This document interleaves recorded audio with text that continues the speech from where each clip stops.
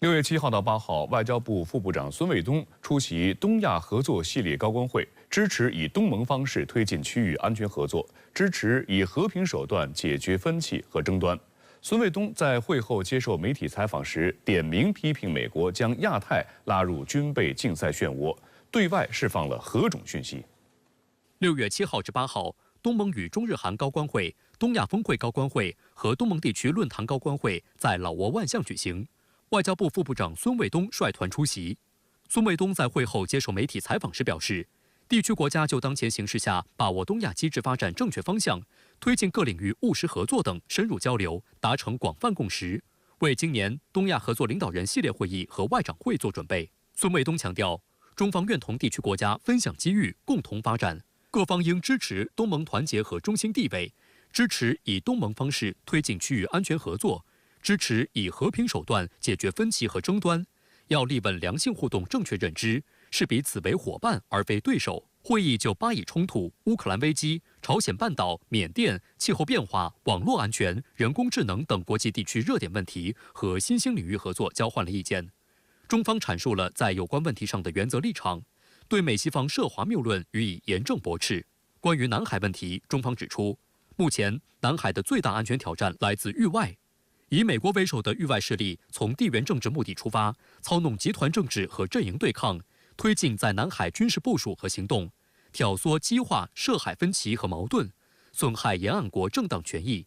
中国对南海诸岛拥有无可争辩的主权，致力于按照双轨思路，同南海当事国通过对话协商妥善管控争议，同东盟国家全面有效落实南海各方行为宣言，积极推动南海行为准则磋商不断取得新进展，共同维护南海和平稳定大局。针对美国在本地区部署中程导弹系统，中方指出，美方做法将本地区拉入军备竞赛漩涡，将整个亚太地区置于地缘冲突的阴影之下，严重开历史倒车，严重危害地区国家安全，严重破坏地区和平稳定。中方坚决反对冷战思维和阵营对抗，坚决反对任何域外势力在本地区挑起军备竞赛，坚决反对将地区国家当作霸权工具和地缘战略棋子。东盟等与会国家普遍强调，要和平不要战乱，要对话不要对抗，要团结不要分裂，呼吁加强互利合作，促进共同发展，携手维护东亚地区长期和平稳定这一来之不易的良好局面。包括中国，包括其他东南亚国家，我们这些地区国家的和平与稳定，我想呢，这种呢就代表了一种地区合作的一种潮流。那与此相对立的呢，就是美国。那么呢，它通过建立四边安全机制，建立印太经济框架，各种各样的小多边的机制，推进它这种以它为中心的维护它的地区霸权的这种地区的封闭排他的地区秩序。美国在地区合作的立场上呢，其实是越来越倒退的。地区秩序要往哪个方面走，包括今后的一段时间，我想这个都是东亚区域合作的一个主题。值得注意的是，就在东亚合作系列高官会举办的前一天，由美国主导的印太经济框架在新加坡举行了首届清洁经济投资者论坛。美国商务部长雷蒙多出席了此次会议。他在会上反复强调，美国要向伙伴国证明，将持续积极参与印太地区事务，而不只是口头上说说。据组织方放出的消息称，美国拟投资230亿美元推动地区可持续基础设施项目建设。但参加会议的斐济副总理透露，印度和越南尚未签署该协议。美国商务部一名高级官员表示，部分国家表示会尽快签字，但目前还没有动静。中国国际问题研究院亚太研究所助理研究员刘畅对深圳卫视表示，部分东盟国家选择不跟进，与美国公信力缺失有很大关系。美国在推进印太经济框架、公正能源转型倡议以及其他的项目中，屡次在资金承诺上爽约，而且还设置了诸多障碍。我想从雷蒙多这个讲话本身，我们就能感觉到，美国实施印太经济框架实际上就是口头上说说而已。如果他真的做出了什么实际的举动，那他其实不需要在这种场合，在这种级别去强调他们不是说说而已。实际上，印太经济框架4个支柱，这次的清洁经济支柱，相对来说各方分歧比较少的地方。那么呢，即使这些分歧比较少的地方，我们可以看到，像越南啊，像印度，它都没有去参加，其他国家呢也有一些不一样的反馈。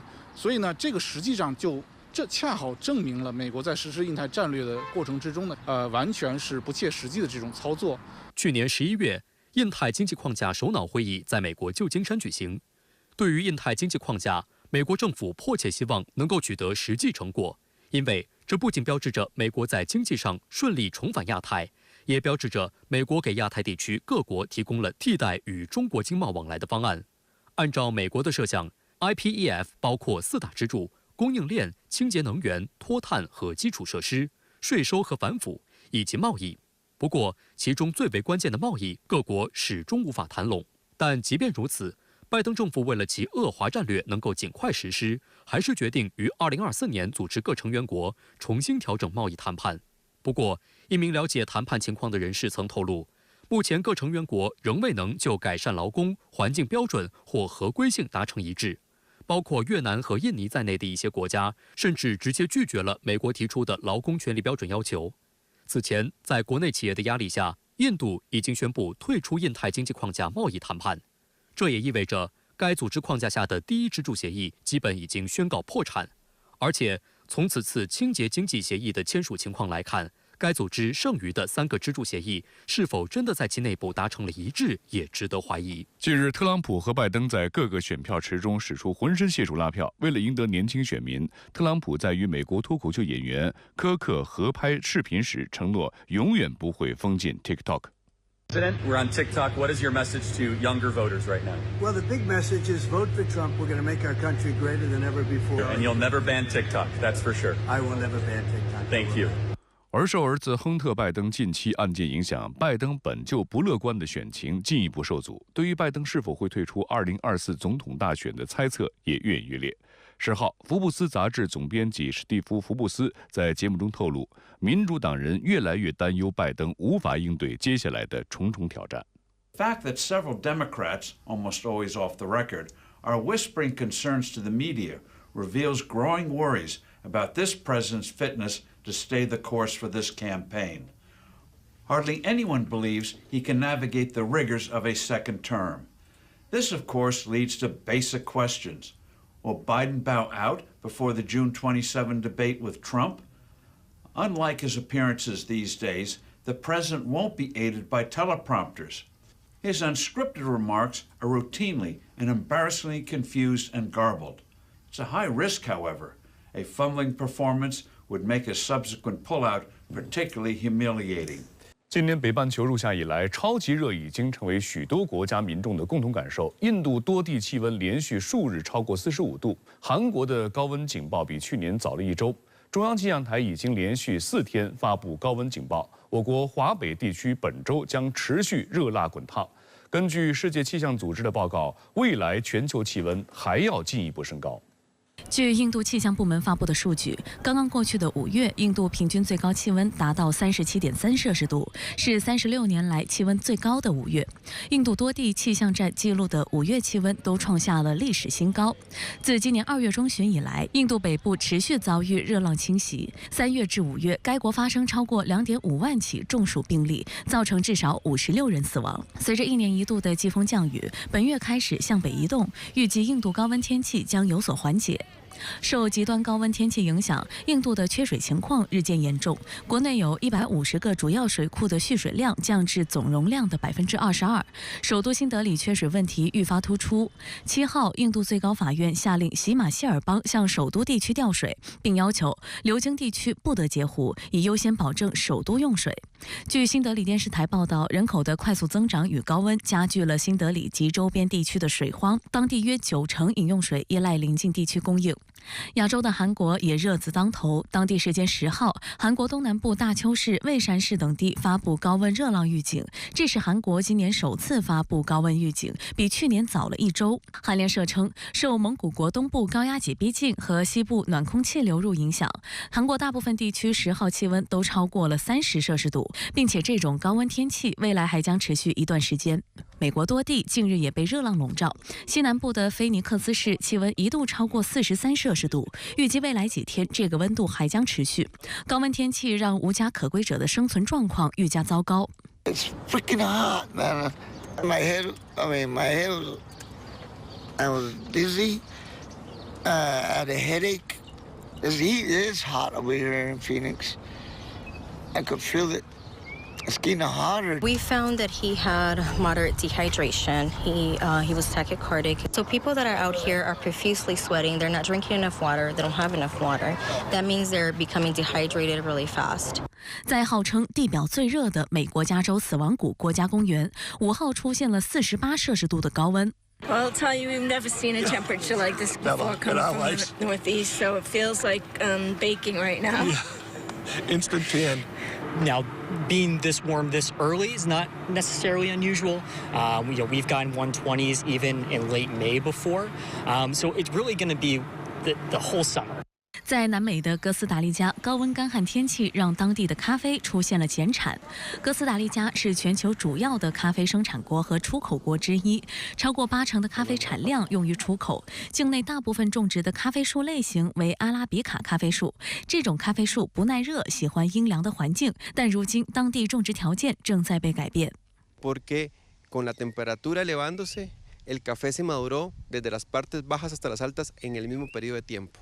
Eso nos ocasionó que la mano de obra que teníamos no fuera suficiente para recogerla. Y lo segundo es que nos llueve. Y a la hora de llover se nos cae el café. Entonces es un efecto inmediato de lo que estamos sufriendo con cambio climático. Nos estamos volviendo mucho más tropicales. También nos estamos volviendo mucho más sensibles a ciertas enfermedades y ciertos hongos. 在我国北方大部分地区，高温是本周天气的关键词。6月11号，中央气象台继续发布高温预警，山东、河南、山西、陕西的部分地区日最高气温可能打破历史同期纪录。6月9号上午7点至10号上午7点，河南省淮河以北大部出现37摄氏度以上高温天气，其中安阳、濮阳等多地局部40度以上。根据世界气象组织的报告，未来全球气温还要进一步升高。世界气象组织5号发布的报告显示，2024年至2028年，每年的全球平均净地表气温预计将比工业化前水平高出1.1至1.9摄氏度。这期间至少有1年超过2023年成为最热年份的可能性为86%。欧盟气候监测机构哥白尼气候变化服务局5号也发布报告，全球刚刚经历了有记录以来的最热5月，全球单月平均气温已经连续12个月刷新同期最高值。对于气候变化来讲的话，未来几年会不会变暖？现在有一点应该是就是整个趋势来讲，变暖的趋势并没有减弱。